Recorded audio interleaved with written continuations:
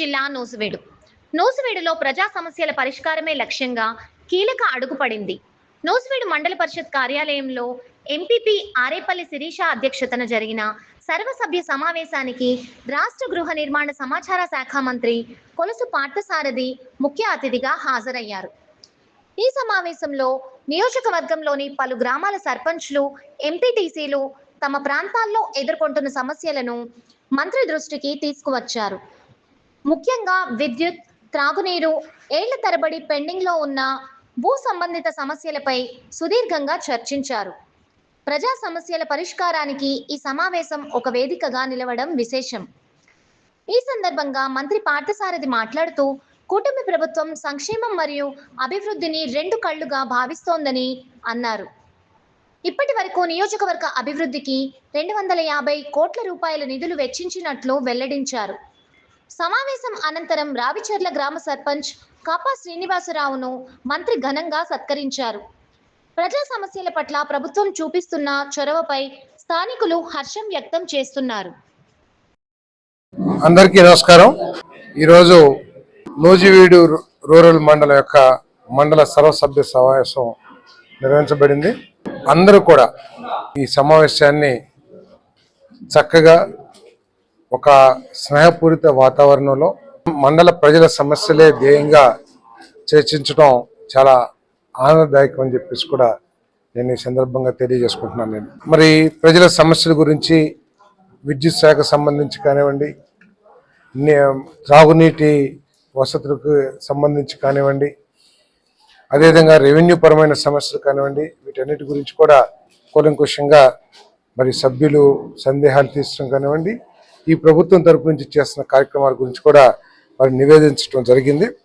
మరి ఈ ప్రభుత్వం వచ్చిన తర్వాత, కూటమి ప్రభుత్వం చంద్రబాబు నాయుడు గారి నాయకత్వంలో కూటమి ప్రభుత్వం వచ్చిన తర్వాత సంక్షేమ కార్యక్రమాల పరంగా మన నియోజకవర్గానికి మొట్టమొదటి సంవత్సరం 87 కోట్ల 1 లక్ష రూపాయలు 34,988 మంది బెనిఫిషరీస్కి ఇవ్వబడి అని చెప్పేసి ఆర్థికంగా సాయం చేయబడి ప్రభుత్వం నుంచి సంక్షేమ కార్యక్రమాలు అమలు చేయబడ్డాయి అని చెప్పేసి తెలియజేస్తాను. అదే సమయానికి అంటే ఒక్క సంవత్సర కాలానికి గత ప్రభుత్వంలో 63 కోట్ల 30 లక్షలు మాత్రమే ఇవ్వబడ్డాయి. దానికంటే 50% అదనంగా, దాదాపు 40-50% అదనంగా కూడా ఈ ప్రభుత్వం ఇవ్వబడింది చెప్పేసి మనం చేస్తాం. మరి అభివృద్ధి పరంగా కూడా సంక్షేమ కార్యక్రమం కాకుండా రహదారులు కానివ్వండి, అదేవిధంగా చెరువులు అభివృద్ధి కానివ్వండి, లేకపోతే R&B విషయాలు కానివ్వండి, ఇంకా అనేకమైన అభివృద్ధి కార్యక్రమాలు 250 కోట్ల రూపాయల విలువైన అభివృద్ధి కార్యక్రమాలని ఈ నియోజకవర్గంలో చేపట్టడం జరిగిందని చెప్పేసి కూడా నేను మనవి చేస్తాను. ఇందాక ఏదైతే చెప్పానో అది కేవలం మండలంలో సంక్షేమ కార్యక్రమం 87 కోట్లు కేవలం నూజివీడు రూరల్ మండలం గురించి చెప్తున్నాను నేను.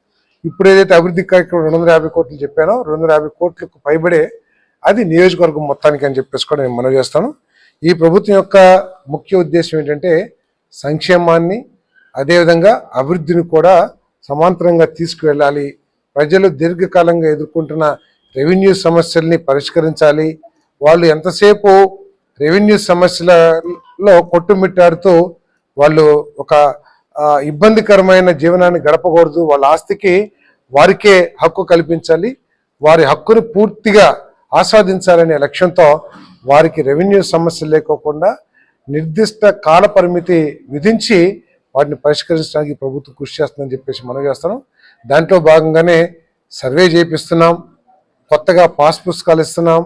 పాస్ పుస్తకాలు ఇచ్చేటప్పుడు ఆ రైతు యొక్క అభిప్రాయాలను తీసుకుని ఆ రైతు ఏదైతే ఫార్మేట్ ఒక సమాచారం పొందుపరచబడబోతుందో ఆ సమాచారాన్ని వారి ముందుంచి, రైతు ముందుంచి అతనికి ఎటువంటి అభ్యంతరాలు ఉన్నా కూడా వారి పొలం ఎక్స్టెంట్కి సంబంధించి కానీ, వారి పేరుకు సంబంధించి కానీ, సర్వే నెంబర్కి సంబంధించి కానీ ఏ సమస్య ఉన్నా కూడా అది రెవెన్యూ అధికారి దృష్టికి తీసుకొస్తే ఆ పాస్బుక్ని మళ్ళీ రీప్రింట్ చేసి తప్పులు లేకోకుండా సరిచేసి రాజముద్రతో పాస్ పుస్తకం పూర్తిగా మీదే హక్కు అనే ఏదైతే కార్యక్రమం చేస్తామో దాని ద్వారా ఇస్తామని చెప్పేసి మనం చేస్తాను.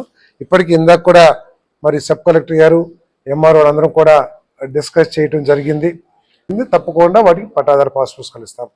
మరి కొన్ని గ్రామాల్లో గుట్ట పోరంబోకలు అని చెప్పేసి ఉన్నాయి. రైతులు ఎప్పటి నుంచో వాటిని సాగు చేసుకుంటూ ఉన్నారు. దానికి వచ్చే నెల ఏప్రిల్ కల్లా కూడా, ఎందుకంటే అసైన్మెంట్ కమిటీ ఇన్ఛార్జ్ మినిస్టర్ గారి ఆధ్వర్యంలో మరి నేను సభ్యుడిగా, ఆర్డీఓ జాయింట్ కలెక్టర్ సభ్యుడిగా ఒక కమిటీ ఉంది కాబట్టి ఆ కమిటీని ఇమీడియట్గా సమావేశపరిచి మన నియోజకవర్గంలో అసైన్మెంట్ ఇవ్వడానికి ఉన్న భూములన్నింటినీ కూడా మీరు సమాచారాన్ని తీసుకుని ఆ భూములన్నింటినీ కూడా పేదవాళ్ళకి పంచాలని లక్ష్యంతో మరి సమాచారాన్ని ఇవ్వమని చెప్పేసి కూడా రెవెన్యూ అధికారులకి సూచించడం జరిగిందని చెప్పేసి మనం చేస్తాను. ఈ విధంగా నియోజకవర్గాన్ని ముందుకు తీసుకెళ్లడంలో ఎటువంటి రాజకీయ భేషజాలు లేకుండా కూడా ముందుకెళ్తామని చెప్పేసి మనం చేస్తాను. విద్యుత్ పరంగా 2 కొత్త సబ్ స్టేషన్లు శాంక్షన్ చేశాం. మరి అవి కూడా ఈ సంవత్సరం పూర్తి చేస్తామని చెప్పేసి మనం చేస్తాం. ఓకే.